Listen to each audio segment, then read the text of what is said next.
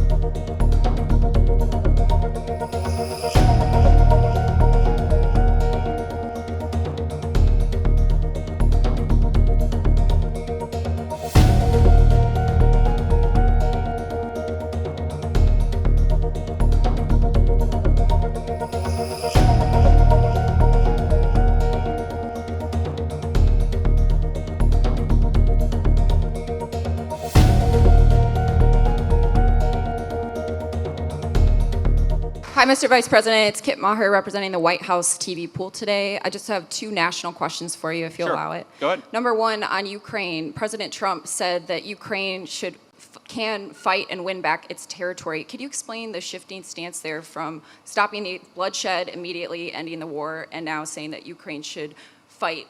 Is that a tactic to pressure Putin back to the table?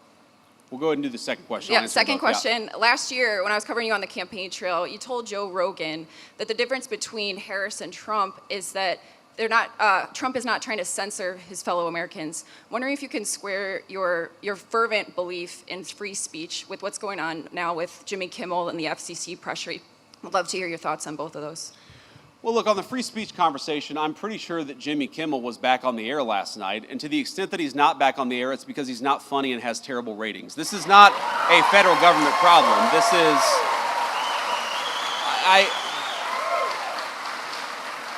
And Kit, I want to answer your question in good faith. What people will say is, well, you know, didn't the FCC commissioner put a tweet out that said something bad?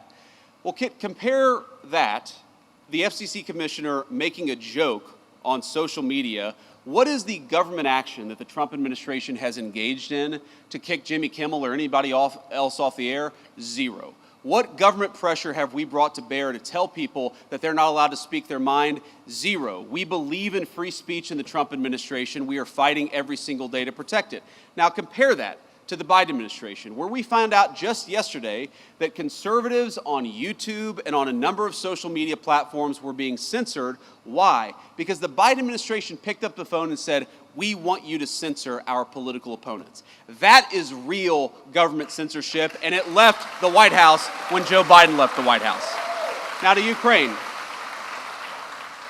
Look, I've answered a version of this question probably 100 times over the past 3 months. And one of the things I'll say about the president is that he is responsive to the reality on the ground. And the reality on the ground is that, number one, we have engaged in incredibly good faith negotiations with both the Russians and the Ukrainians. And I believe the president is growing incredibly impatient with the Russians right now because he doesn't feel like they're putting enough on the table to end the war. That's number one. Number two, the president has grown very confident that this war is bad for Russia. You hear me say this all the time. You hear the president say this all the time. The war is bad for Russia. It's bad for Ukraine. It's bad for America. We want the killing to stop. That remains the president's position. But the president also can look at reality on the ground. He sees the economic numbers that are coming out of Eastern Europe. He sees the number of dead people, both Russians and Ukrainians, that are happening in that war. And the president is telling Vladimir Putin it is time to stop the killing. He would say that to Zelensky. In fact, has said that to Zelensky. He wants this war to end, and he's doing everything that he can to stop it. But look, if the Russians refuse to negotiate in good faith, I think it's going to be very, very bad for their country. That's what the president made clear. It's not a shift in position. It's an acknowledgement of the reality on the ground. We're going to keep on fighting for peace every single day in the Trump administration.